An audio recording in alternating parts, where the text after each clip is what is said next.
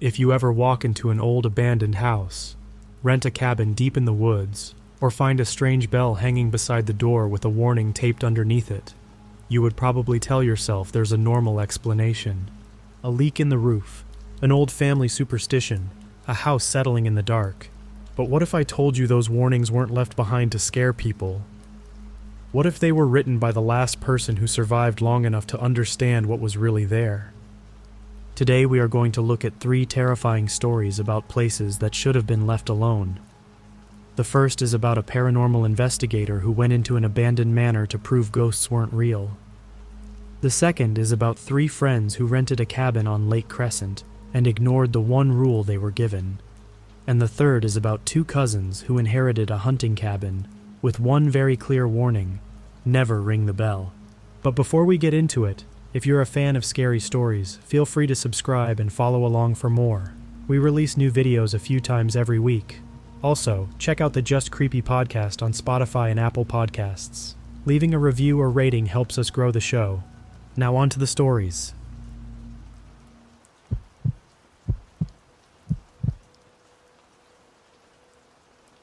I've spent 11 years debunking ghost stories. That's not a brag, it's just context. Every cold spot has a draft behind it. Every voice on a recording is a stray radio signal, or the house settling. Every shadow is a passing car. I'd built a small but loyal following on the strength of that. The skeptic who goes into the famous haunted places alone and comes out unimpressed and explains exactly why. People liked watching a guy stand in the dark and refuse to be scared. I went into the Aldous Manor expecting to give them another episode of the same.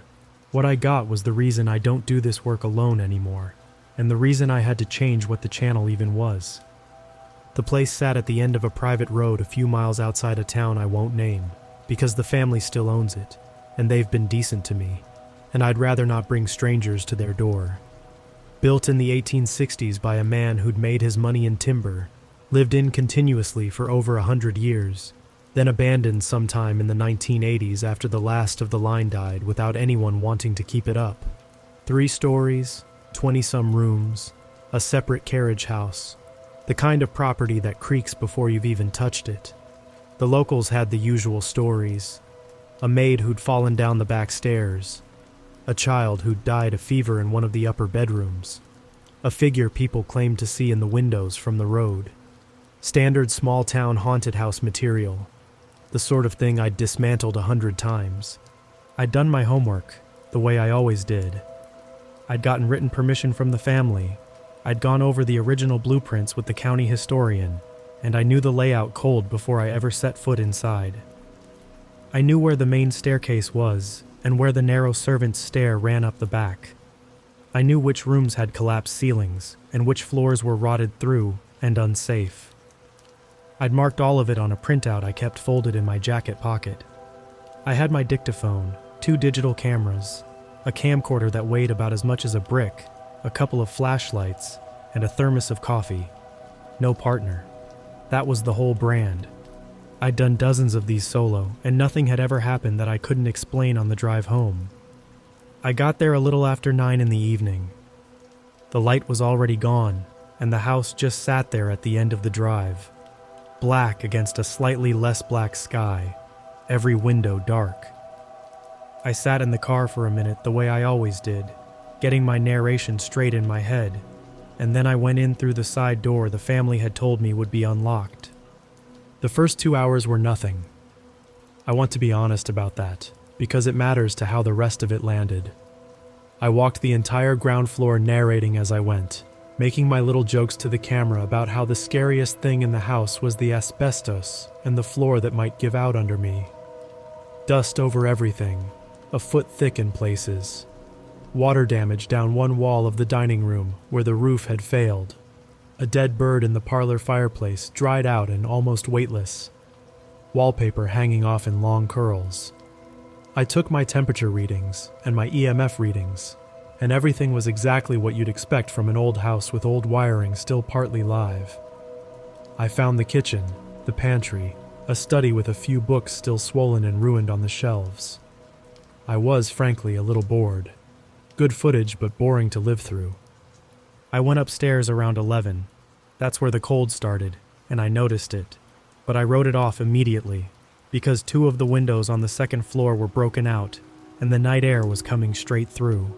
That's not a guess. I stood in front of one of them and felt the draft on my face. I said so on camera. Cold spot, broken window, case closed. I remember being almost smug about it.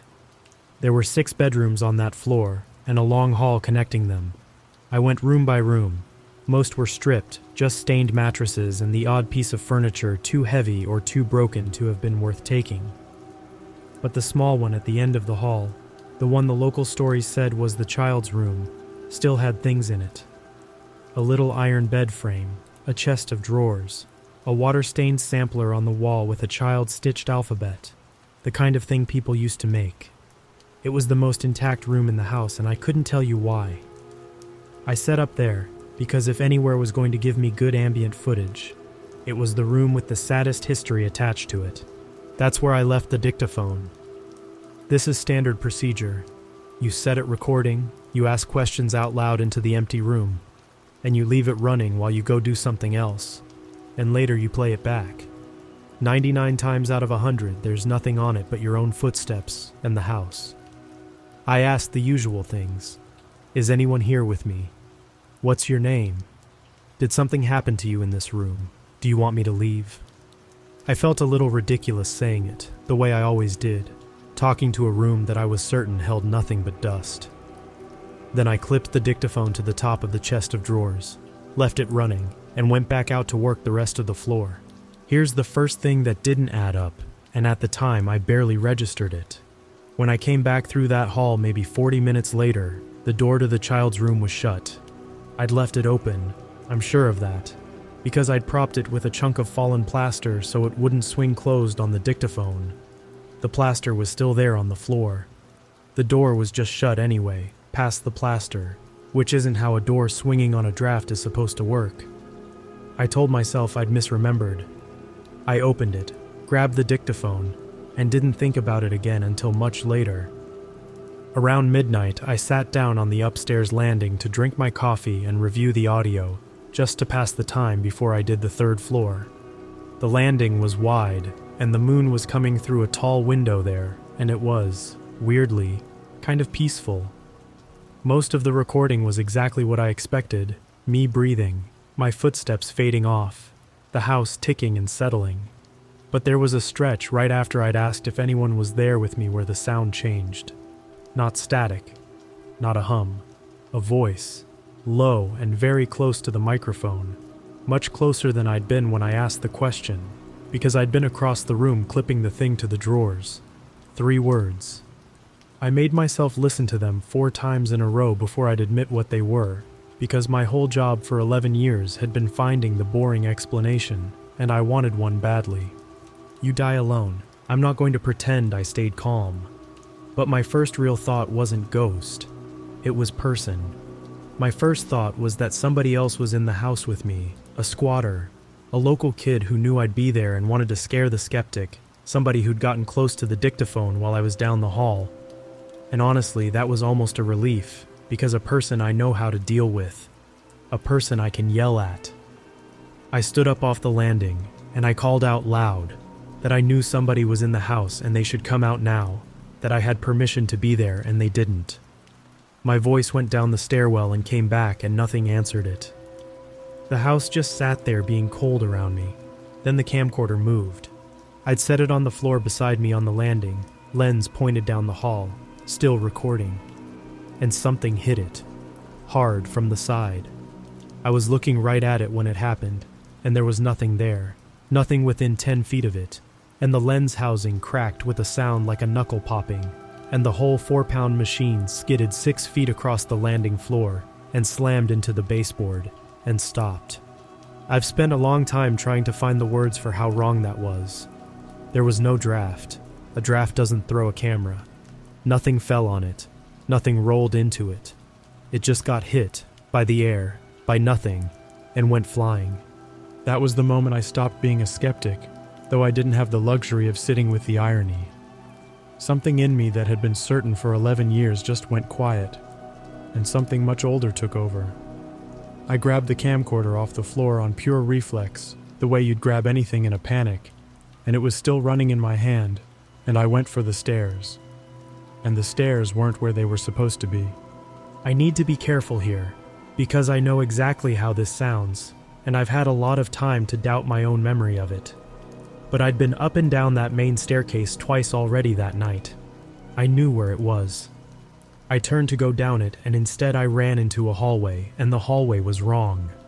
It was narrower than any hall in that house, narrow enough that my shoulders nearly brushed both walls at once. And the farther I went, the narrower it got, tapering down ahead of me, the walls closing in by inches the way a funnel closes, leading me somewhere. There is no such hallway in that house. I'd seen the blueprints. I'd walked the floor. It wasn't there, and I was in it, running, and I could hear it behind me. Not footsteps, not exactly. A heavy dragging pressure, the sound of air being shoved through a space that's filling up with something solid, getting closer in a slow, patient way that was somehow worse than fast would have been. I didn't look back. I've thought a lot about why I didn't look back, and I think it's because some part of me understood that looking wouldn't help, and might be the last thing I did. Every door I passed in that impossible hallway was either painted shut or opened straight onto a brick wall behind it.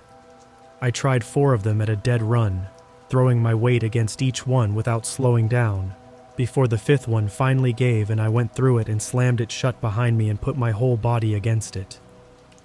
The room was maybe 6 feet square, a storage room, no furniture, nothing in it at all. One window, high up on the far wall, with rusted iron bars across the outside and rotted boards nailed up behind the bars from the inside. 2 doors, the one I'd come through and another in the corner, both with old mortise locks. And when I tried the corner one, it was locked solid, and I had no key. I checked the door I'd come through, and somehow it had locked too, behind me, though I hadn't touched the lock, and I have no idea how it had even opened in the first place. I pulled my phone out with a shaking hand. No signal, not one bar. I'd had 4 bars in that same house an hour earlier, downstairs. Now there was nothing. In a room that according to every plan I'd studied should not have existed. For a few seconds I just stood there in the pitch dark with my back against the door and listened to my own heart going. And then, into the silence, I heard it breathing. Right next to me, right in my ear, close enough that I should have felt the air of it on my skin, but didn't. A slow, wet, patient breathing that was not mine and was not coming from any direction that little room could account for. It wasn't in front of me or behind me. It was just there, at the level of my ear, breathing like it had all the time it could ever want. That is the closest I have ever come in my life to my mind, simply switching off, to the lights just going out behind my eyes. I think if it had lasted another 10 seconds, I'd have gone somewhere I wouldn't have come back from. What saved me wasn't courage. I want to be clear about that, because people have called me brave for this and I wasn't. It was the adrenaline finally overriding the terror, my body deciding to act because my brain had run completely out of anything useful to offer. I still had the camcorder in my hand. 4 pounds of cracked metal and dead electronics, the same thing that had been thrown across the landing by nothing at all. I turned to the window, brought it up over my shoulder, and swung it down on the rotted boards as hard as I have ever hit anything in my life. The wood was soft with decades of damp, and it gave on the 3rd swing, splintering inward, and the iron bars behind it were so far gone with rust that 2 of them snapped clean off when I got my hands around them and pulled. The breathing was at the back of my neck now. I went through that window head first, and I did not care in the slightest what was on the other side of it. It turned out to be a slope of wet grass and about a 6-foot drop, and I hit it shoulder first, and rolled, and the cold of the ground was the most welcome thing I have ever felt against my body. It was dawn, actual gray daylight, frost on the grass, my breath fogging in front of my face, which was its own impossible thing, because I'd gone into that room a little after midnight, and I have never been able to account for the hours. And behind me, up in the dark window I'd just torn open, I heard the door of that little room click and swing open, slow and unhurried, the way a thing opens a door when it already knows it's too late to matter. I ran to my car and I drove, and I did not stop for an hour. And when I finally did stop, it was at a gas station in full daylight, and I sat in the parking lot shaking for 20 minutes before I trusted my hands on the wheel again. I went back a week later, in daylight, with 2 other people and the county historian, because I needed to understand the staircase. I needed there to be a hallway. We found the storage room easily enough from the outside, and the broken window was right where I'd left it. The boards splintered outward exactly where I'd hit them. The 2 iron bars snapped off and lying in the grass below. The camcorder was still inside on the floor where I dropped it going through, and it still worked just enough to play back the last thing it had recorded, which I have never shown anyone and never will. The historian walked the upstairs hall with the original blueprints open in his hands, and confirmed slowly what I already knew and didn't want to hear. There is no narrow corridor on that floor. There never was. The upstairs hall is wide and short and runs straight from the bedrooms to the landing and the main stairs. I ran down a passage that the house does not contain, into a room I reached through a door that shouldn't connect to it, and I came out the other side. I don't debunk things alone anymore. I'll tell anyone who asks that I changed my mind in that house completely, in the space of about 90 seconds, after 11 years of being sure.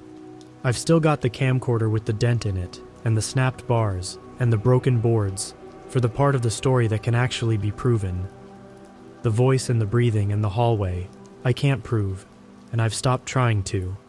People can believe me or not, but I know what I heard, and I know that it was wrong about exactly one thing.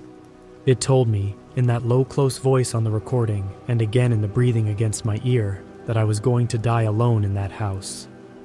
I didn't. I walked out into the cold and the daylight, and I'm still here.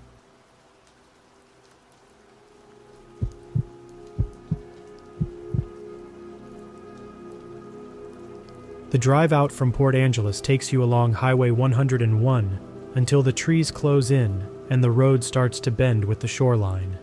And somewhere in there you lose the radio for good. I remember the exact moment it cut out.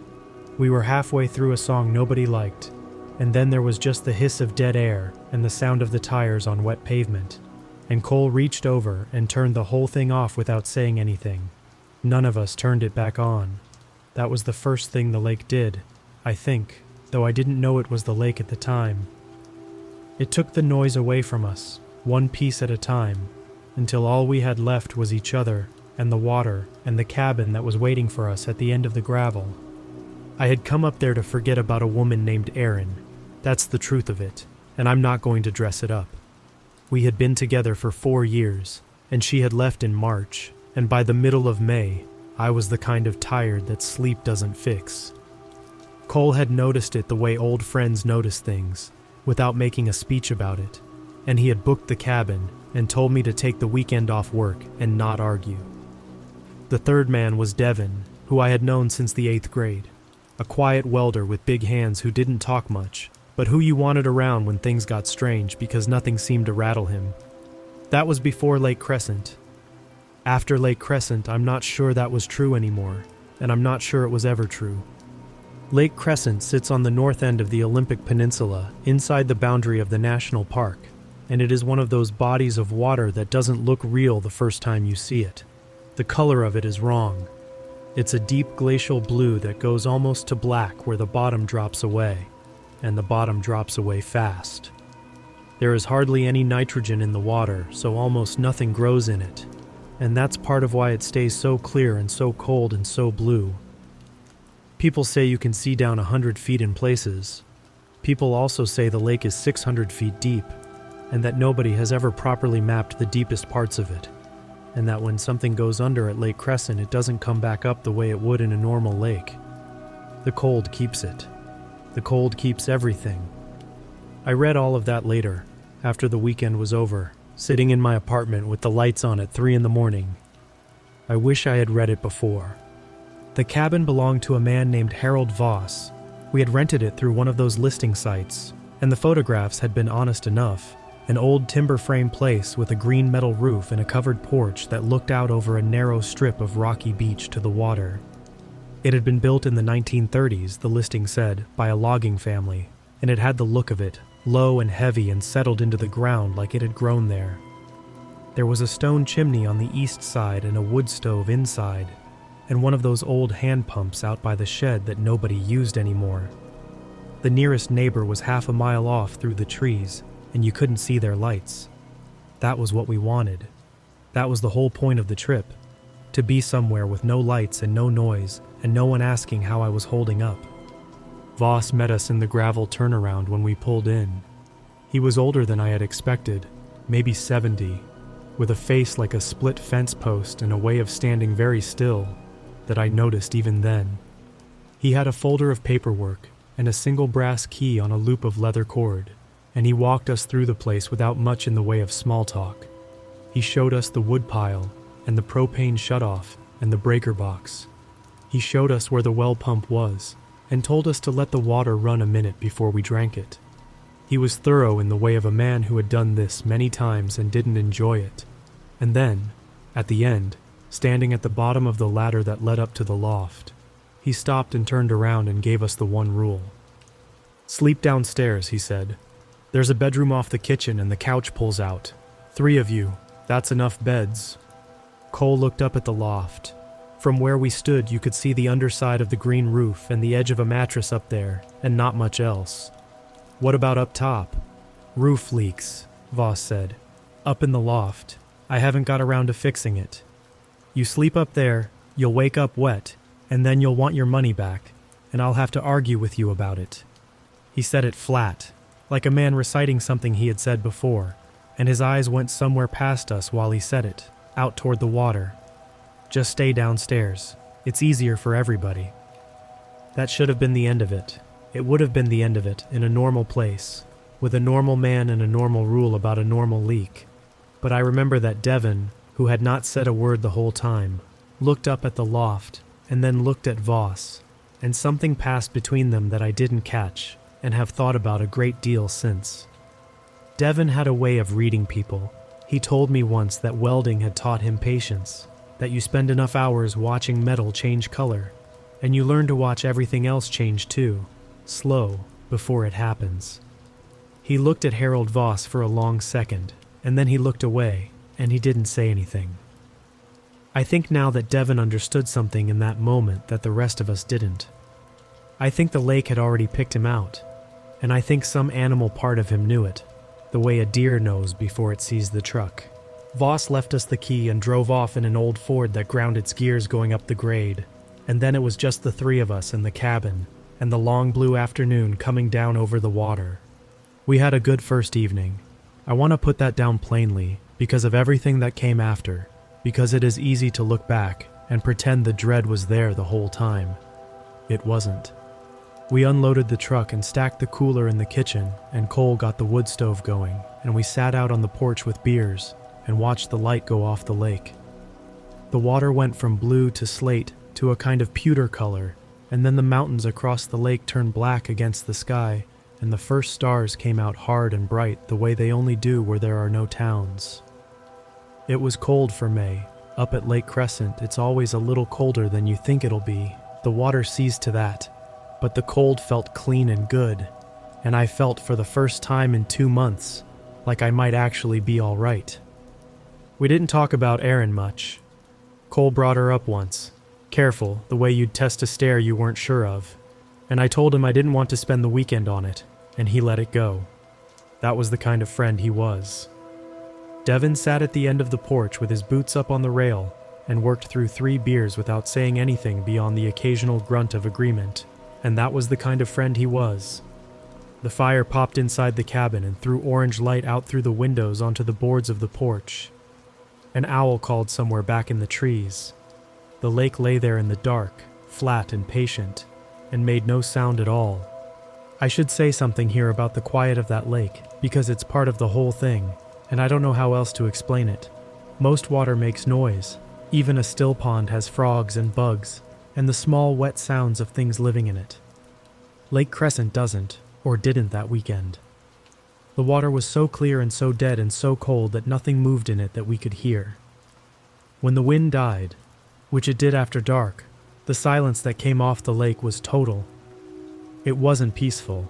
I thought it was peaceful at first, but by the second night I understood that it wasn't peaceful at all, that it was the silence of something holding still and waiting, and that there's a difference between a quiet that rests and a quiet that watches. The lake watched. I'm sure of that now. We went in around 11. The downstairs bedroom off the kitchen had a double bed, and we flipped a coin for it, and Cole won. Devin and I were going to take the pull-out couch and the bedroll, and that should have been the arrangement for all 3 nights. But Devin stood at the bottom of the loft ladder with his bedroll under his arm and looked up into the dark of the loft, and then he reached up and put his hand on a rung. "I'm gonna take the loft," he said. Cole was already half in the bedroom doorway. "Old man said don't. Old man said it leaks. It's not gonna rain." Devin nodded out the window at the clear sky, the hard stars over the water. "Forecast's dry all weekend. I checked." He went up the ladder before either of us could say anything else, slow and careful, the way he did everything, and we heard him moving around up there, and then we heard the bedroll unrolling and the creak of the old mattress taking his weight. I want to be honest about my own part here. I didn't stop him. I could have. I could have said something, made it a thing, told him the rule was the rule, and we were guests in another man's house, and you don't break a man's one rule the first night. But I was tired and I had 3 beers in me, and the loft did look dry, and the truth is I was a little relieved to have the pull-out to myself. So I let it go. We all let it go. That's the part I carry. Not that the cabin was what it was, because I couldn't have known that, but that I let my friend climb a ladder into the dark and I said nothing, because saying something seemed like more trouble than it was worth. The lake counts on that, I think. It counts on tired men taking the easy path. It doesn't need to be loud. It just needs you to not bother stopping it. I lay on the pullout and listened to Cole's breathing slow into sleep behind the bedroom door, and I listened to Devin settle in up in the loft, and I listened to the great dead silence of the lake coming in through the walls, and at some point, I went under. The first strange thing happened that night, and I didn't even know it was strange until morning, which is how the cabin worked. It did nothing dramatic. It never did anything dramatic. It moved in small ways, in the gaps between sleeping and waking, in the places where a tired man doesn't look too closely, and by the time you understood what you were seeing, it had already been happening for a while. I woke up because I was cold. The fire had died down to coals, and the cabin had that deep pre-dawn chill in it, and I came up out of sleep slow and stupid the way you do, and I lay there a minute getting my bearings. Gray light at the windows. The lake out there, just barely visible, a paler gray than the land. And then I heard movement, and I turned my head, and Devin was lying on the floor in front of the dead wood stove. He wasn't up in the loft. He was downstairs, on the floor, on the cold boards in front of the stove, on his back with his arms at his sides and his eyes open, looking up at the ceiling. He wasn't asleep. His eyes were open. But he wasn't awake either, not in any way I understood, because when I said his name he didn't answer, and he didn't turn his head. He just lay there, looking up at the underside of the loft with his eyes open in the gray light. Devin. I got up off the pullout. The floor was freezing under my bare feet. "Hey, Devin." He blinked then, slow, and his head turned toward me, and I watched him come back from wherever he had been. It took a few seconds. His face went from blank to confused to embarrassed, and he sat up and looked around the cabin like he was trying to figure out how he had gotten there. "How'd I get down here?" he said. "You tell me. You were up in the loft." He looked at his own feet then, and I looked too, and that was the first thing. His feet were muddy. He had gone to bed in socks. I had seen him do it, and now the socks were gone and his bare feet were caked with mud to the ankle. Dark, wet lake bottom mud, and there was a trail of it across the floorboards leading from the door. The door which we'd latched the night before. It was standing open, not wide, just open, a few inches, the gray dawn coming through the gap, and the cold lake air with it. Devin looked at his feet for a long time. Then he reached down and touched the mud like he wasn't sure it was real, and he rubbed it between his fingers, and he smelled it. He had a strange look on his face. "I don't remember going outside," he said. "You sleepwalked, man." I went and shut the door and threw the latch. "You went down to the water by the look of it. You ever do that before?" "No." He was still looking at his hands. "Never in my life." I built the fire back up and we didn't talk about it much beyond that. By the time Cole got up and the sun was over the mountains, it had turned into a funny story. The kind of thing you tease a man about. Devin the sleepwalker, Devin the swamp creature, and Devin took the ribbing the way he took everything, quiet, with a small tight smile that didn't reach his eyes. He cleaned the mud off the floor and off his feet, and he didn't say much through breakfast. I should have looked closer at that smile. It was already wrong that morning, but I didn't know yet what wrong looked like at Lake Crescent, and so I missed it. I wouldn't miss it again. That second day, the Saturday, we tried to make a normal weekend out of it. We drove down to the Storm King Ranger Station and walked out to Marymere Falls, which is a pretty hike through old growth, big mossy hemlocks and cedars, the kind of forest that makes you feel small in a good way. There were other people on the trail. Families and retirees with hiking poles, and being around other folks made the strangeness of the morning recede. The falls were running high with the spring melt, and we stood at the overlook and felt the spray come up cold off the rocks. Devin seemed more like himself out there, away from the cabin, away from the water. I noticed that. I didn't put it together yet, but I noticed it.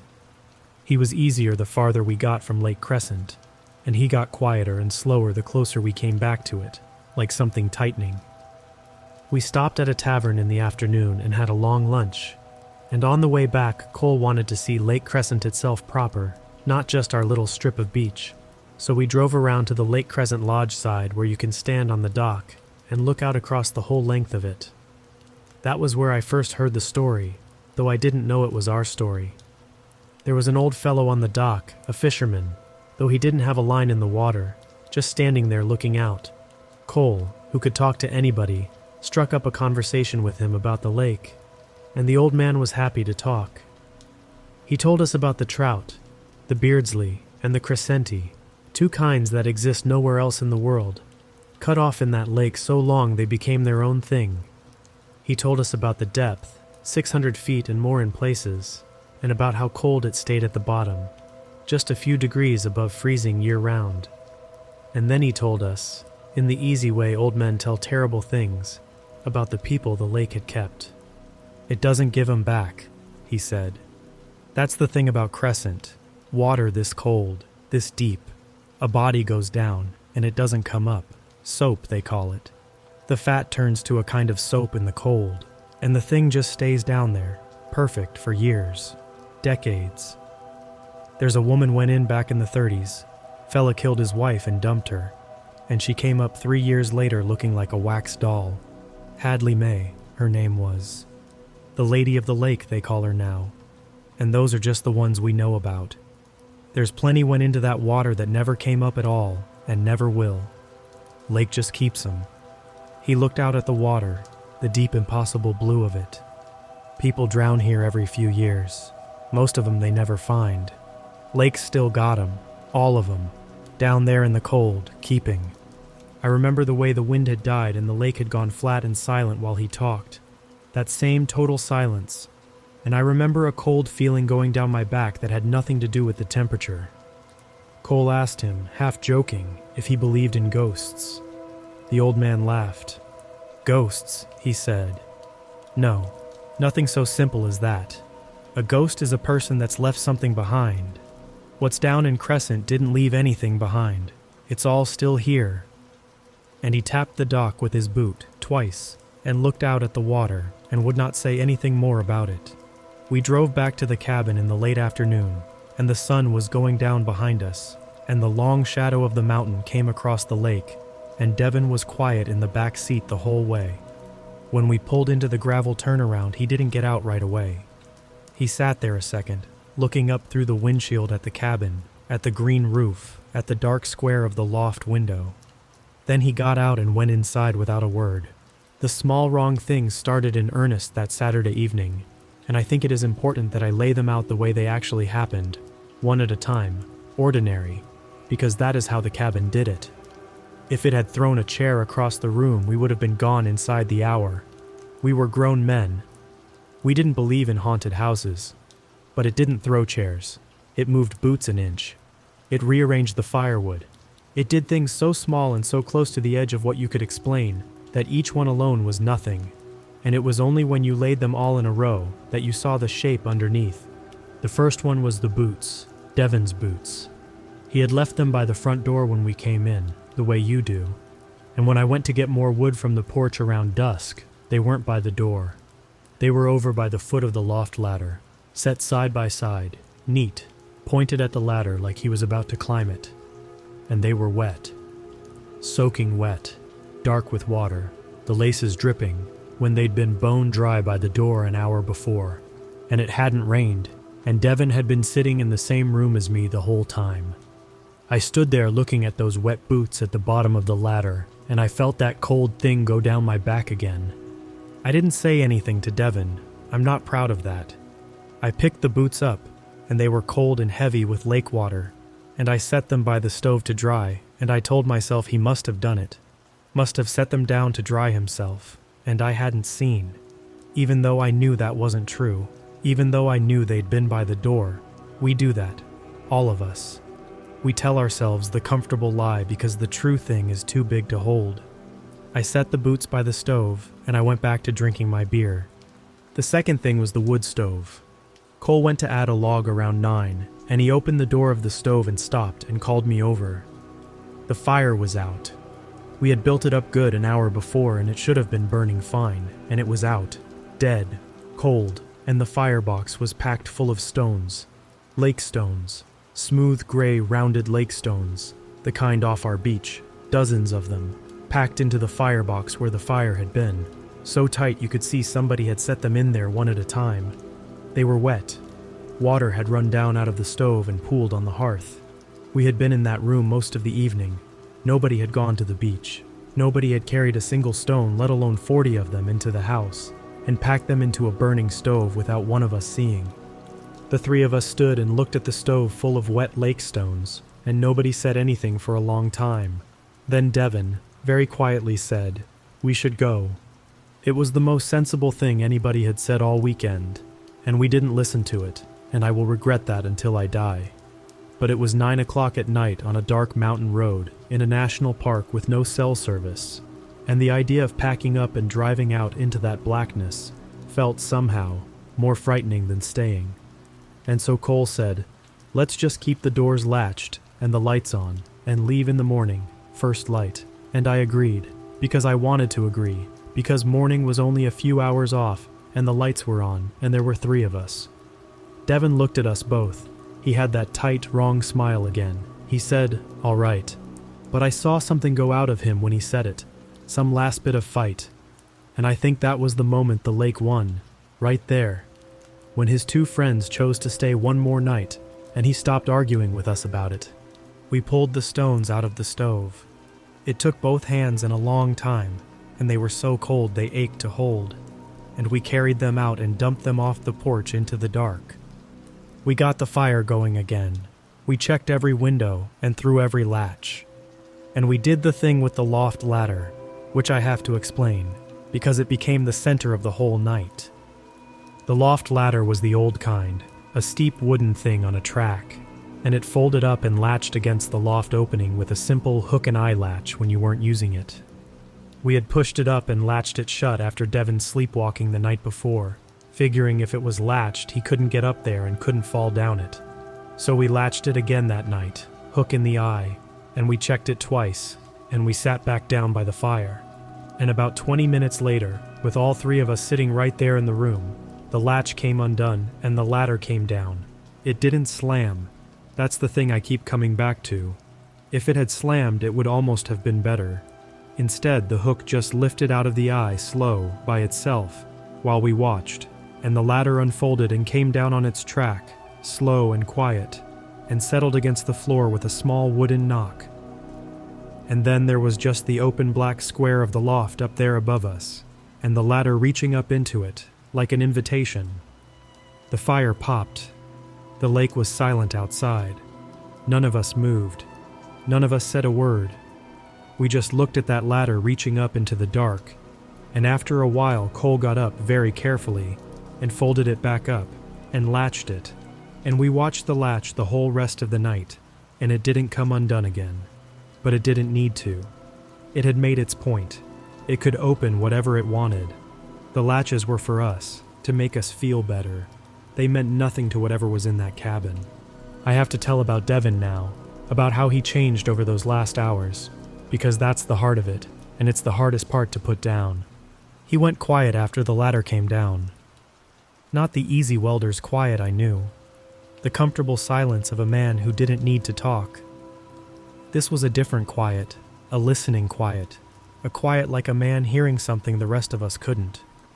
He sat in the chair nearest the window, the one that looked out at the lake, and he stopped drinking his beer, and he stopped looking at us, and he started looking out at the water. The window was black. There was nothing to see out there but our own reflections and the dark.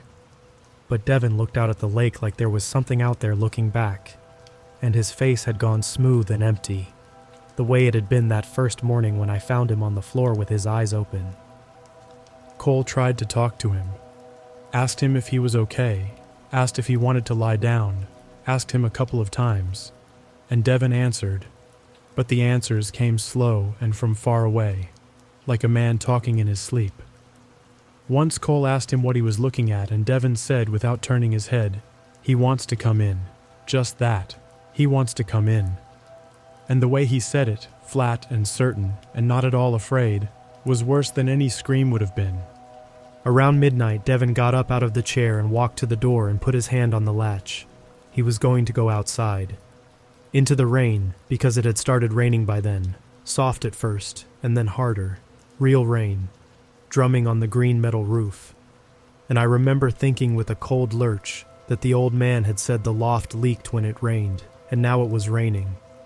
And I wondered what was happening up in that loft in the dark with the rain coming through.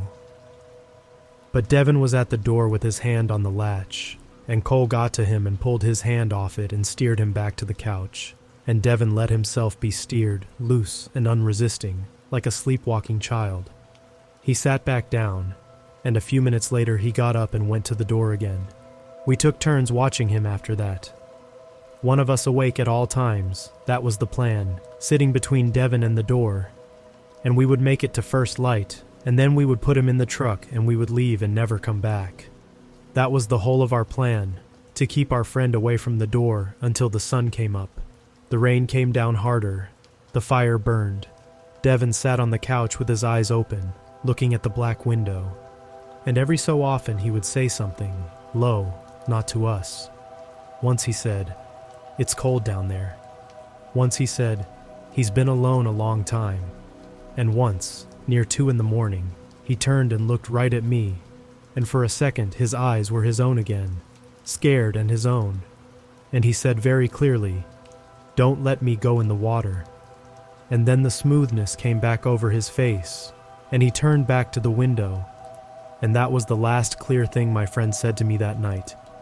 I have thought a lot about what was in that loft, and about what it wanted, and I have read what little there is to read about the cabin and the family that built it. The old man Voss had owned it for a long time, but he wasn't the one who built it, and he wasn't the one who lost the boy. That was an earlier family, a logging family from the 30s, and they had a son, and the son slept in that loft, up under the green roof where it was always a little warmer than the rest of the house. And one summer, the boy went down to the lake and swam out too far, the way boys do, and the cold took him, the way the old man on the dock had said it does, fast, the cold seizing the muscles. And he went under, and he didn't come up, and they dragged the lake, and they never found him. 600 feet of water just a few degrees above freezing, and a small boy somewhere down in it, kept. Still down there, still kept. The lake doesn't give them back. I don't think the cabin was haunted, not the way we mean it. I think the old man on the dock had it right. A ghost is a person who left something behind, And that boy didn't leave anything behind. He was all still here, all of him, down in the cold water that does not let go. And the loft was where he had slept, warm and dry under the roof. And I think the loft remembered him, and I think the lake remembered him, and I think the two of them together had been waiting up under that green roof for a very long time for someone to climb the ladder and lie down in the warm spot and sleep where the boy had slept. Not to be haunted by, to be taken. The cabin wasn't trying to scare us. The cabin was trying to fill an empty bed. It had lost a son to the lake, and it had been alone a long time, and it wanted him back, and it didn't much care that the man it was reaching for was named Devon, and had a mother in Aberdeen, and big welder's hands and a life. It just wanted to walk him down to the water and let the cold keep him, the way the cold kept the boy, so that they could be together down there in the dark, and the cabin wouldn't be empty anymore. The lake doesn't give them back, but I think the lake will always take more. And I think the cabin had learned how to feed it. I lost the watch near dawn. That's the only word for it. I was the one awake, sitting between Devon and the door with the fire low, and the rain had been coming down for hours, and the sound of it on the roof was steady and heavy and warm, and I was so tired, the deep 2 months of bad sleep tired, that I had come up to the lake to fix, and I closed my eyes for just a second. I know how that sounds. I have heard myself say it 100 times since, just a second, and I know it is what everyone says. But the lake counts on tired men. I told you that. It doesn't need to be loud. It just needs you to close your eyes for a second, and so I did. And when I opened them, the couch was empty, and the front door was standing open, and the rain was coming in across the floor, and Devon was gone. I came up off that chair faster than I've ever moved in my life. Cole was asleep in the bedroom, and I shouted his name as I went through the door into the rain, and the rain hit me like a cold wall, and the dark was almost total. Just the faintest gray starting in the east over the mountains. First light, the light we'd been trying to make it to. And down the slope of the rocky beach, at the edge of the water, I could see him. Devon, a pale shape in the gray, walking, not fast, steady, walking straight out into Lake Crescent with the water already up past his knees and climbing. I don't remember the slope. I don't remember the rocks, though I tore both knees open on them and didn't feel it until hours later. I remember the cold of the water when I hit it, the shock of it, so cold it stopped the breath in my chest, 600 feet of glacial cold, and Devon already in it up to his waist, and still walking, his arms loose at his sides, his face turned out toward the deep dark middle of the lake, where the bottom drops away and never comes back. I remember screaming his name and him not turning, and I remember reaching him just as the bottom started to fall away under my own feet, the gravel sloping down toward the deep, and I got my arms around him from behind, around his chest, both arms, and I locked my hands and I threw my whole weight backward toward the shore. He fought me. That's the thing I've never told anyone, not the way it really was. He fought me to get into that water. Devon, my friend, who I had known since the 8th grade, turned in my arms with his empty, smooth face and his eyes that were not his, and he fought me to keep going out into the deep, and he was strong. He was a welder with big hands and a back like a door, and for a few seconds out there in the cold and the dark with the bottom falling away, I genuinely didn't know if I was going to be able to hold him. The water was at my chest. It was so cold my hands were going numb on his chest, and I could feel my grip slipping, and I could feel the bottom sliding away under my feet toward the deep, and Devon was leaning out toward the middle of the lake with all his weight, reaching, and for a second, 1 second, I felt the pull of it myself, the warm, dark wanting that came off the water, the sense that it would be easy, that I could just let go and let us both drift out into the cold where it was quiet and nothing hurt, and the lake would keep us together, and we wouldn't be alone. And then the sun came up. I don't mean the sky brightened. I mean the rim of the sun cleared the mountains across the lake, right then, in that exact second, and the first hard light came straight across the water into our faces, and Devon went limp in my arms, all at once. Whatever had been holding him let go between one heartbeat and the next, the way the latch had lifted out of the eye by itself, and he sagged back against me with his full dead weight, and I hauled him back, both of us going down hard in the shallows, the rocks under us, the freezing water around us, and Cole was there then, splashing out from the shore, shouting, getting his hands under Devon's arms, and the two of us dragged him up out of Lake Crescent and onto the beach and away from the water as the sun came up gold and indifferent over the dead blue lake. Devon came back to himself on the rocks. He came back coughing and shaking and human, his own eyes, his own scared face, and he looked at the lake, and then he looked at me, both of us soaked and bleeding and shaking with the cold, and he didn't say anything, and neither did I.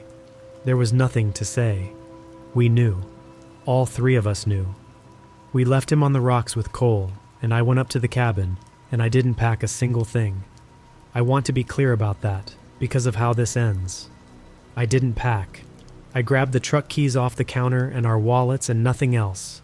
Not the cooler, not the bedrolls, not Devon's boots drying by the stove, not one single object out of that cabin. I left it all.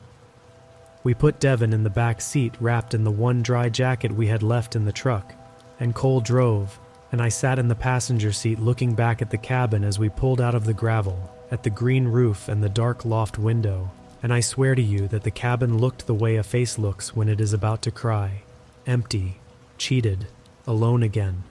We left it there alone with its lake, and we drove out, and not one of us looked back after the trees closed in.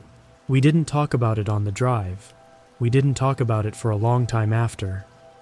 Devon was quiet for weeks, and then one day he called me and we talked about it once, the whole thing, start to finish, and then we never talked about it again.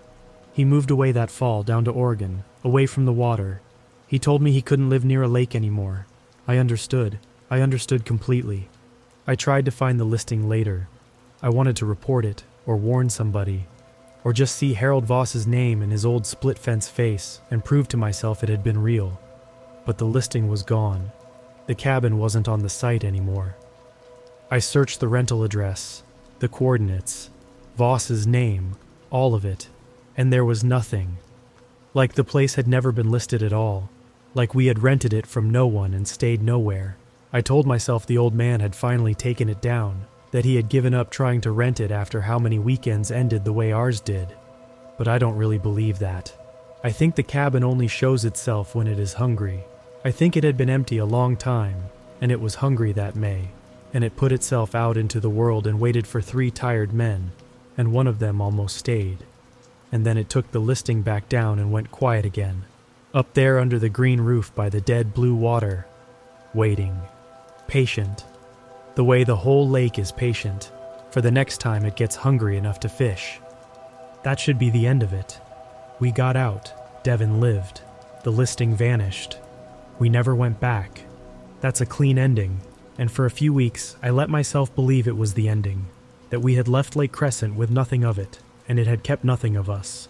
But here is the last thing. Here is the thing I can't explain, the thing I find myself turning over at 3 a.m. with all the lights on. About 6 weeks after the weekend, I was doing laundry in my apartment. A normal Tuesday. I pulled a load of towels out of the dryer, warm, and reached back into the drum to make sure I had gotten everything, the way you do, running my hand around the inside, and my fingers closed on something hard and round and smooth, down at the back of the drum, behind the lint trap. It was a lake stone. A smooth gray rounded lake stone, the kind off our beach at Lake Crescent, the kind they had packed the wood stove with. It sat in my palm, warm from the dryer, gray, ordinary, real, and I want you to understand that I didn't pack one single thing out of that cabin. I've told you that twice now, and it's true. I left everything. I didn't bring home a stone. There was no way for a Lake Crescent stone to be in my dryer in my apartment 6 weeks later. No way at all. Except that the lake had reached out and put it there. The way it had reached out and put the wet boots at the bottom of the ladder. The way it had reached out and lifted the latch by itself. A small thing. The cabin only ever did small things. Just a stone in the dryer, warm in my hand, to let me know it had not forgotten me, to let me know it knew where I lived. to let me know that it's patient, and that the lake is deep, and that it doesn't, ever, give back what it has decided to keep. I drove out to the coast that same night, and I threw the stone as far into the Pacific as I could throw it, into salt water, into the cold and the dark and the tide, somewhere it couldn't be Lake Crescent anymore. And I haven't gone near a lake since. I don't think I ever will. The water doesn't give them back, but I've learned that it'll always reach for more. And on the nights when the rain comes down heavy and steady on the roof, warm and even, the kind of rain that makes a tired man want to close his eyes for just a second, I lie awake instead, and I keep them open. And I think about a small boy down in 600 feet of cold blue water that will never let him go, and a cabin under a green roof that only ever wanted to fill an empty bed, and I am grateful every single time that I woke up.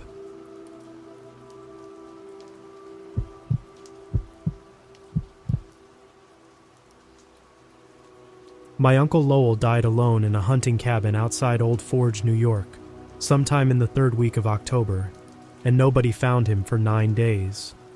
He'd been a careful man his whole life, the kind who kept receipts in labeled envelopes, and never once let a vehicle go past its service interval, so the thing that ate at me afterward wasn't that he died. He was 78, and his heart had been bad for a decade. What ate at me was how he'd arranged the cabin before it happened, because once I understood what he'd been doing up there, I couldn't see it as the work of a careful man anymore. I had to see it as the work of a frightened one. I want to tell this the way it actually went, in order, without skipping ahead to the part you can probably already feel coming. I've told it twice before, and both times I rushed it, and rushing it makes it sound like a campfire story, and it isn't one. So I'm going to start with the drive up, because that's where it started for me, and I'm going to take my time. My name doesn't matter much to the account, but I'll give it so you have something to hang the rest on. I'm Daniel. I was 36 that fall, living outside Utica, doing estimating work for a commercial flooring outfit, which is to say I spent my days measuring things and writing down numbers and being right about those numbers.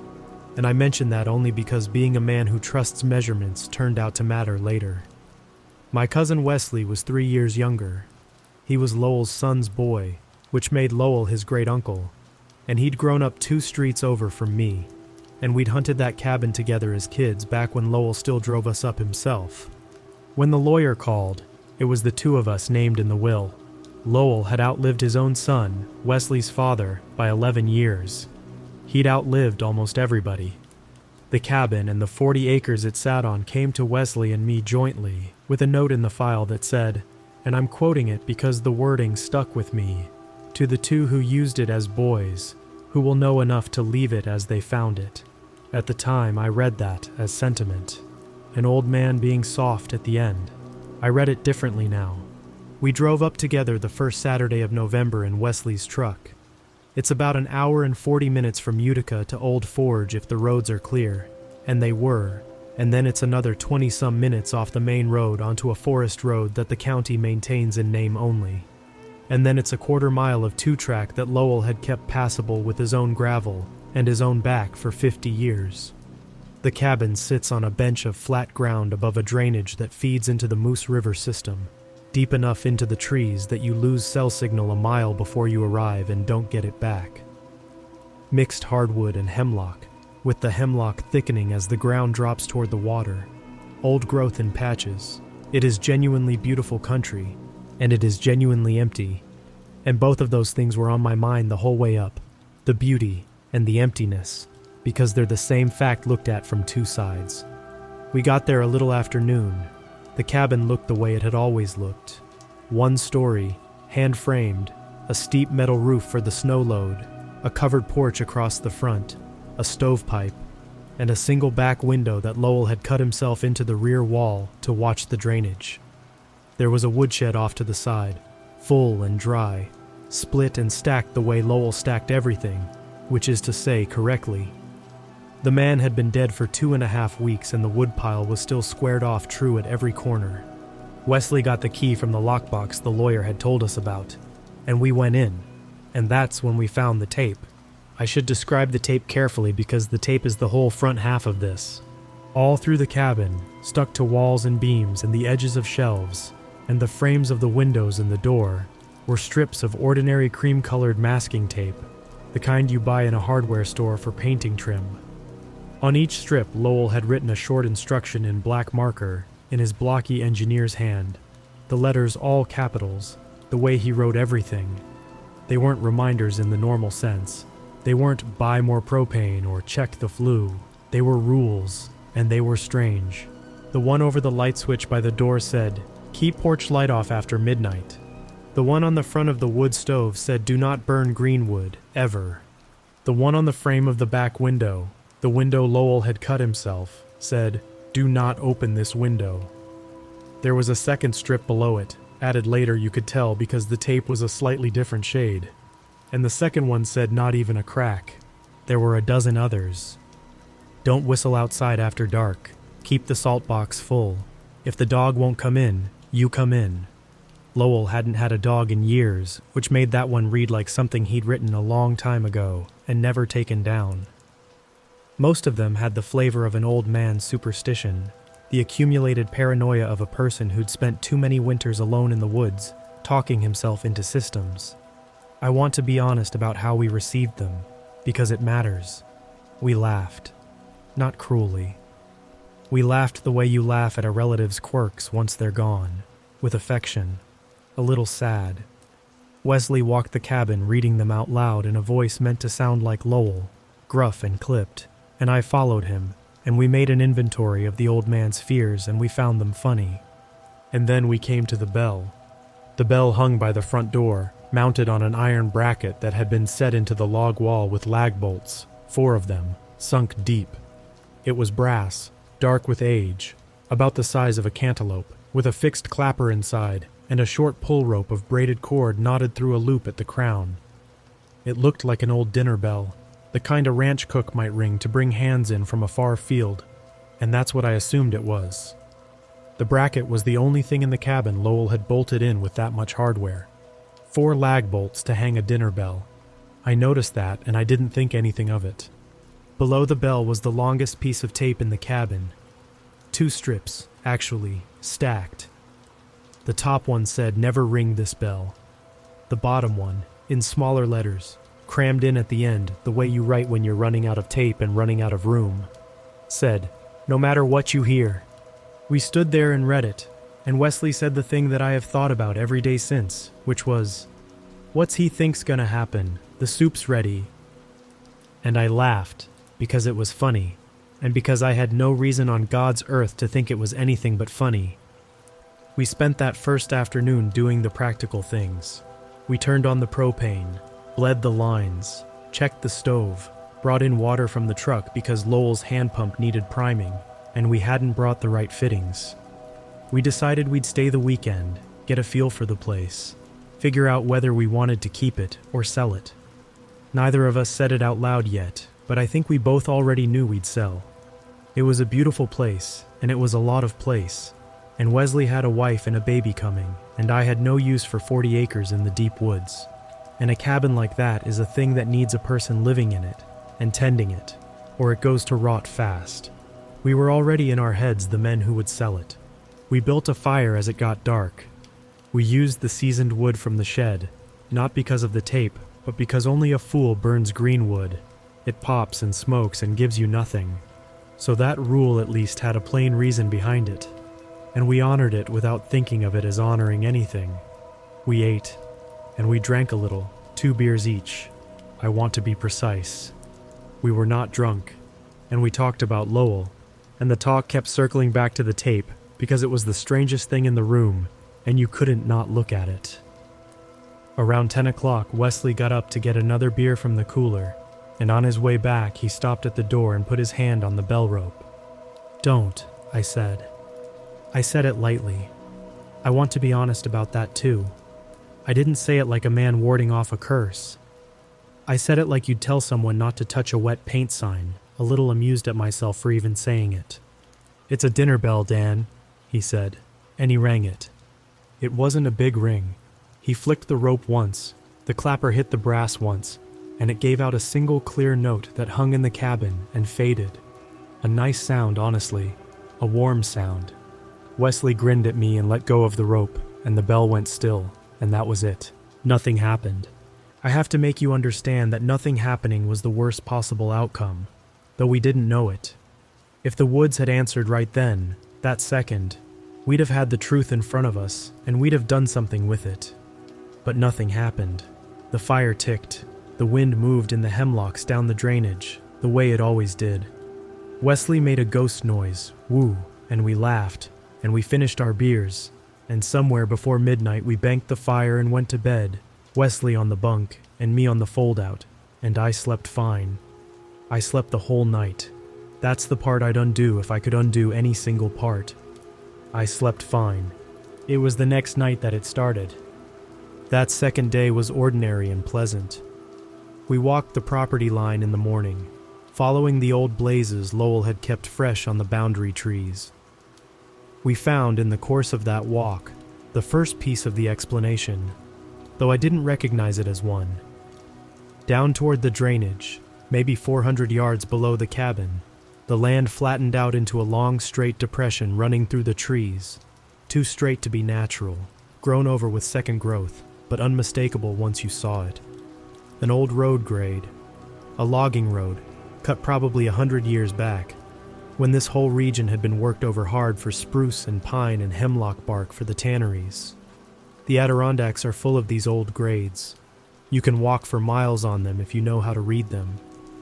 I pointed it out to Wesley as a curiosity, the way I'd point out a stone wall in the middle of a forest, evidence of people who were here and aren't anymore.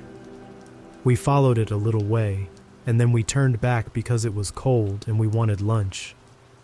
I noted it the way I note things, a man who likes a measurement, and I filed it away, and I had no idea I'd just walked the most important ground on the property. We made dinner, we built the fire. The evening went the way the night before had gone, easy and warm, two cousins in a dead man's cabin getting comfortable with the idea that it was theirs now. It was a few minutes before midnight when we heard it. I was nearly asleep on the fold-out. Wesley was still up, sitting by the stove with the last of his drink. And out of the woods, from somewhere down the drainage, down toward the old road grade, came the sound of a bell. It was not our bell. I knew that immediately, and I want to be exact about how I knew, because it matters that this wasn't suggestion or nerves. Our bell was bright and small and close. This sound was lower, heavier. It had a flatness to it, a dull bronze weight, the sound a much larger bell makes, and it came from far off and from below, muffled by distance and by all those trees, so that it reached us softened but not soft, if that makes sense. A big sound heard from a long way away. It rang once, just once, and then the woods were quiet again. I sat up. Wesley was already standing, looking at the back wall, toward the drainage. "You heard that," he said. "It wasn't a question." "I heard it." We stood there in the dark cabin and waited for it to come again, and it didn't. We talked ourselves through it the way two reasonable men do. Someone else's cabin, down the valley, a person ringing their own dinner bell, a piece of metal roofing somewhere swinging in the wind and striking a beam, a buoy, a cowbell on some far property, a sound carried strange by the cold air, because cold air does carry sound strange. It bends it and pulls it in the low places. We had a dozen explanations, and every one of them was reasonable, and I believed all of them, and none of them, and we went to bed, and this time, I didn't sleep fine. I lay awake a long time listening to the hemlocks and waiting, and the bell didn't ring again that night, but it had answered. We'd rung the night before, and the next night something rang back. I knew the shape of it even then, even while I was busy not believing it. You ring a bell, and a bell answers. I just didn't yet understand what I'd be made to understand by the end, which was that the gap between the ringing and the answer wasn't the thing failing to respond. It was the thing waking up. It was the thing a long way off, hearing and turning and starting the walk. In the morning I told Wesley I wanted to go into town, and I told myself it was to get the pump fittings, and that was even partly true. but mostly I wanted to ask somebody about that road grade and that bell, and I didn't say so, because saying so would have meant admitting the night had spooked me, and I wasn't ready to admit that to my younger cousin. Old Forge in November is quiet. The summer people are gone, and the town shrinks back down to the few hundred who actually live there, and the hardware store and the diner and the little historical society building near the lake are about the whole of it. I got my fittings at the hardware store, and I got to talking with the man behind the counter, an older fellow, lifelong local, the kind who knows every road and every name. I told him I'd inherited the Lowell place off the Forest Road, and the way his face changed when I said the name was the first thing all weekend that genuinely scared me, because it changed the way a man's face changes when you've named something he'd rather you hadn't. He knew exactly which place I meant. He asked, careful, whether we were planning to keep it. I said we hadn't decided. He nodded and rang up my fittings, and I thought that was going to be the end of it. But as I was leaving, he said, not looking at me, looking at the register, "Your uncle keep his rules up? The ones he wrote out?" I stopped. I said he had. I said the cabin was full of them. "Then you keep them too," he said. "All of them. He wasn't a crazy man, your uncle. People said he was. He wasn't." And that was all he'd give me. I tried 2 or 3 more questions, and he had gone flat and polite, the way people go when they've decided they've already said more than they meant to, and I left. I went to the Historical Society on a hunch, because the road grade had a date to it in my head, that turn-of-the-century logging era, and small-town historical societies keep that kind of thing.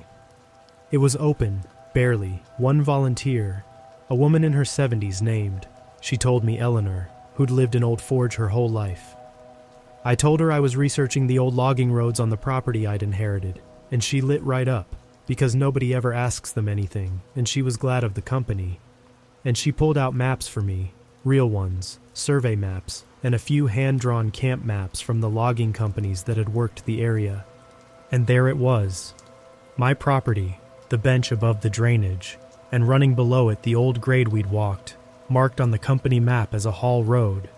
And a little way down that road, maybe a mile from the cabin, a cluster of small squares labeled in faded ink. A logging camp, bunkhouses, a cook shanty, a barn, a smithy, a whole little settlement that had existed for a few years and then been abandoned and swallowed when the timber ran out and the company moved on. Eleanor traced it with her finger and told me what she knew, and most of it was ordinary history, wages and board feet, and the names of companies long folded.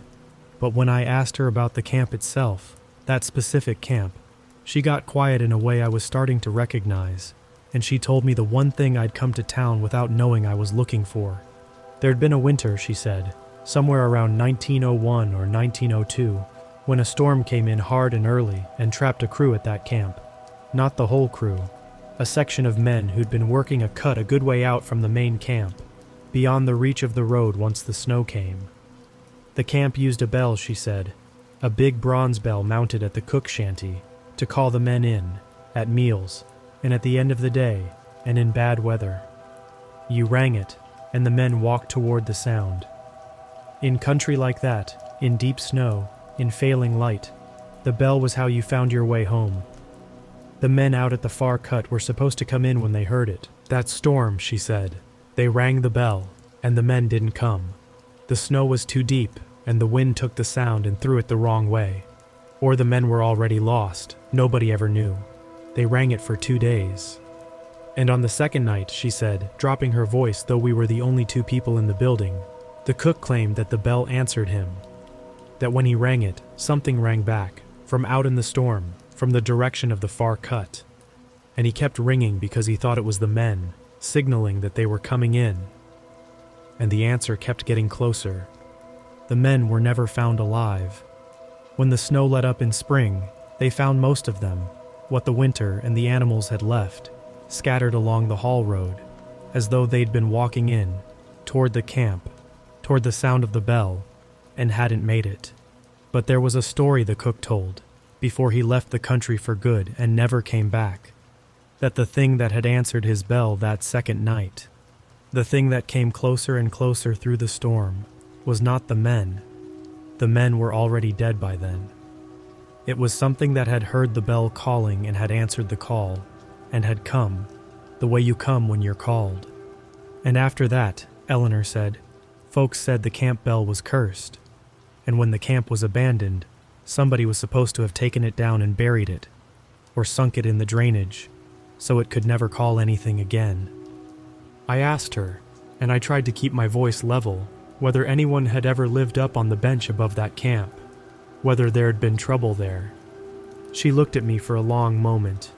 She said the man who'd owned that bench for the last 50 years had come into the historical society exactly once, years back, and asked her the same questions I was asking, in the same careful voice. And she told him what she'd just told me. And he'd gone white, she said, and thanked her, and left, and she'd never seen him again. That was my Uncle Lowell. And I understood, sitting in that little overheated room full of maps, that Lowell hadn't written those rules out of an old man's paranoia. He'd written them because something had happened to him up there once that taught him the rules. He'd learned them the way you learn a stove is hot. And the most important rule, the one he'd bolted to the wall with 4 lag bolts and underlined with no matter what you hear, was about a bell. I bought nothing else. I drove back to the cabin as fast as that 2-track would let me. Wesley wasn't right when I got back. I could see it the moment I came through the door. He was sitting at the table with the camp map I didn't know he'd found, an old folded thing he'd turned up in a drawer while I was gone, Lowell's own copy, and he had that look people get when they've been alone too long with a bad idea. I told him everything Eleanor had told me, the camp, the storm, the bell, the thing that answered. I expected it to scare him the way it had scared me. Instead, it did something worse. It lit him up, because Wesley had heard the bell again while I was in town. In the daylight, he said, just once, around 2 in the afternoon from down the drainage, closer than the night before, and instead of frightening him, it had pulled him, the way a question pulls you when you can't stand not knowing the answer. And he'd spent the afternoon walking down toward the old road grade trying to find the source. And he'd found, he told me, that the closer he got to the bottom of the drainage, the more he felt like he was almost remembering something, like a name on the tip of his tongue. I should have packed him into the truck right then. I've thought about that a great deal. I had the whole story by then, and I had a vehicle, and a clear road, and a cousin who was starting to come unmoored, and the correct thing, the only correct thing, was to leave. But it was getting dark, and the 2-track is treacherous in the dark, and Wesley wouldn't go. He flat refused. He wanted to hear it again, and I wasn't going to leave him there alone, and so I made the wrong decision for an understandable reason, which is how most wrong decisions get made. We stayed one more night. I told myself we'd leave at first light. I believed it when I said it. That night the bell came at midnight again, and it was close. Not down at the road grade anymore, partway up the slope, maybe 200 yards. The sound had changed with the distance, the way a sound does as it comes near, gaining detail, and I could hear now that it was a real bell, a big one, bronze, and that under the ring there was something else, a sort of dragging, a heaviness in how it moved between rings, as though whatever carried it was carrying a great weight and was in no hurry, because it had all the time it needed. It rang 3 times that night, with long gaps between, and each ring was closer than the last, and between the second and the third, Wesley got up and went to the back window, the window with the tape that said, "Do not open, not even a crack." And he put his face close to the glass and looked out into the dark, and I crossed the room and took him by the shoulder and pulled him back, and he let me, but he didn't want to. His eyes when he turned to me weren't all the way his. "It sounds like him," he said. "Like who, Wes?" "Like Dad," he said, and he started to cry, not like a grown man, like a boy, and I held on to him, and outside the bell rang a 3rd time, closer, and I understood that the thing didn't just answer the bell, it learned you. It found the thing inside you that wanted to walk out into the dark, and it became that thing's voice, and it called you with it. For the men in the storm it had been the camp, warmth and food and rescue. For Wesley it was his dead father. It had been listening to us for 3 nights, and it had found the door in Wesley, and it was standing outside that door now, ringing, and Wesley wanted to answer. I got him to bed. I sat up the rest of the night between him and the back window with the fire poker across my knees, which I knew even then was useless. You don't fight a thing like that with a fire poker, but a man holds something. The bell didn't ring again before dawn, but near the end of the night, in that last cold dead hour before the sky starts to gray, I heard, out beyond the back wall, much closer than 200 yards, a sound that was almost a voice, low and patient and shaped like a word. I won't write the word. It was a name, and it wasn't mine, and I knew whose it was, and I put my hands over my ears like a child, and I waited for the light. When the sky finally started to gray toward sunrise, I knew what we had to do, and I knew it the way you know a measurement you've checked 3 times. The story Eleanor told me had the answer folded inside it if you turned it the right way. The cook rang the bell and the thing answered and came closer, drawn to the call, answering the call because that's what the bell does. It calls, and the thing comes. 3 nights of it coming closer. By now it was close. It was right outside. And a thing that is called by a bell can be answered by a bell. The cook had it backward, ringing in the dark, in the night, feeding the thing more call, drawing it the whole way in. But there's an hour when the dark loses. At sunrise, the night thing is at the very end of its rope, close enough to answer but not strong enough to come through. And if you ring the cabin bell at first light with the thing right up against the walls, you make it answer when it has no strength left to do anything but answer. You close the call, you ring it shut. I can't tell you how I knew the mechanism would hold.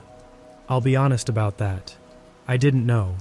I reasoned it the way I reason anything, from the evidence I had, and the evidence said the dark made it strong, and the light made it weak, and the bell was the seam between the thing and the world, and you don't leave a seam open. You close it when your enemy is weakest. So at the first real gray of dawn, with the eastern sky going pale through the front windows, I went to the door, to Lowell's bell, the one bolted to the wall with 4 lag bolts, by a careful, frightened man, who I now understood had hung it there for exactly this, as the thing you ring once, at the end, to send it back. I told Wesley the plan. He nodded. He understood it. But when I put my hand on the rope, he grabbed my arm, hard, and he said, "Don't. He's right outside. Can't you hear him? He's right outside, Dan. He came all this way. You can't just..." Because the thing was outside the door now, on the porch.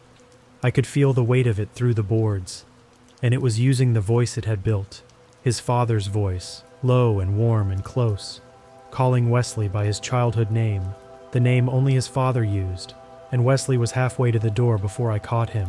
He wanted to open it. He wanted to let his father in. The thing had him almost all the way, and it was sunrise, and I had seconds, not minutes, and my cousin was between me and the bell with both hands trying to get to the door.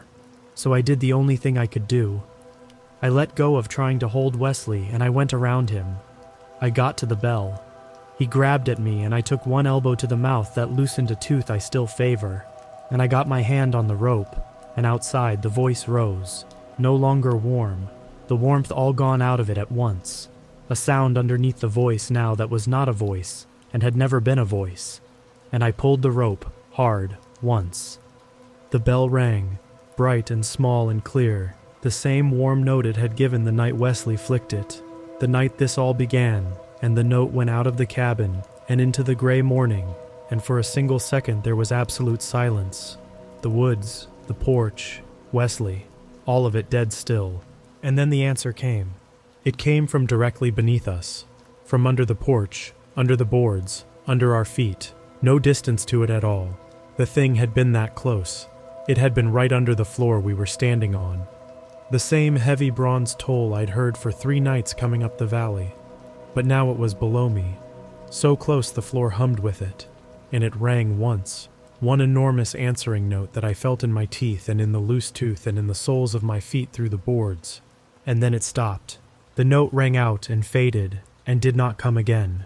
And the weight under the porch, the weight I'd felt through the boards, lifted, the way a held breath lets go, and the morning light came up through the windows another shade brighter, and the woods, when I finally made myself open the front door and look, were ordinary woods.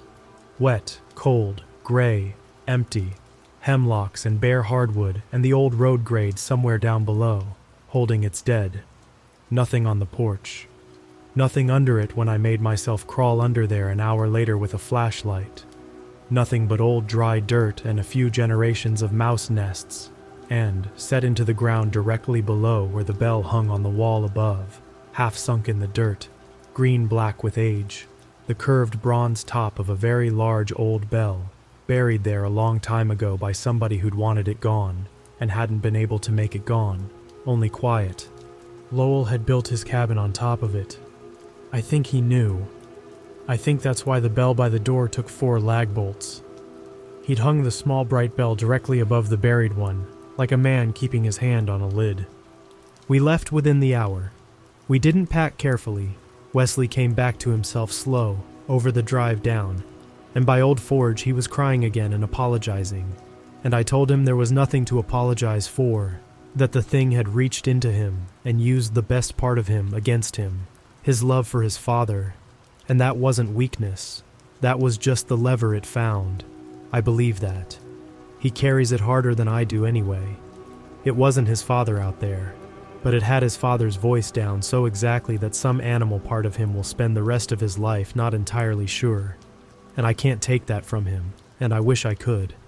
We sold the cabin that winter, fast, and for less than it was worth, to a buyer out of Syracuse who wanted 40 acres and a hunting camp and didn't ask many questions. I tried, when we closed, to tell him about the rules. I'd kept the tape.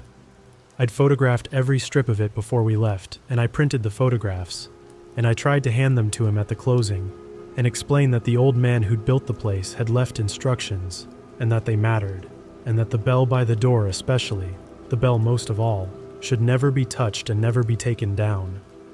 I tried. He was a polite man, and he thought I was a sentimental fool, and I can't blame him, because I'd have thought the same thing 6 months earlier. He took the photographs to be kind, and I watched him fold them into his jacket pocket the way you fold something you're going to throw away later.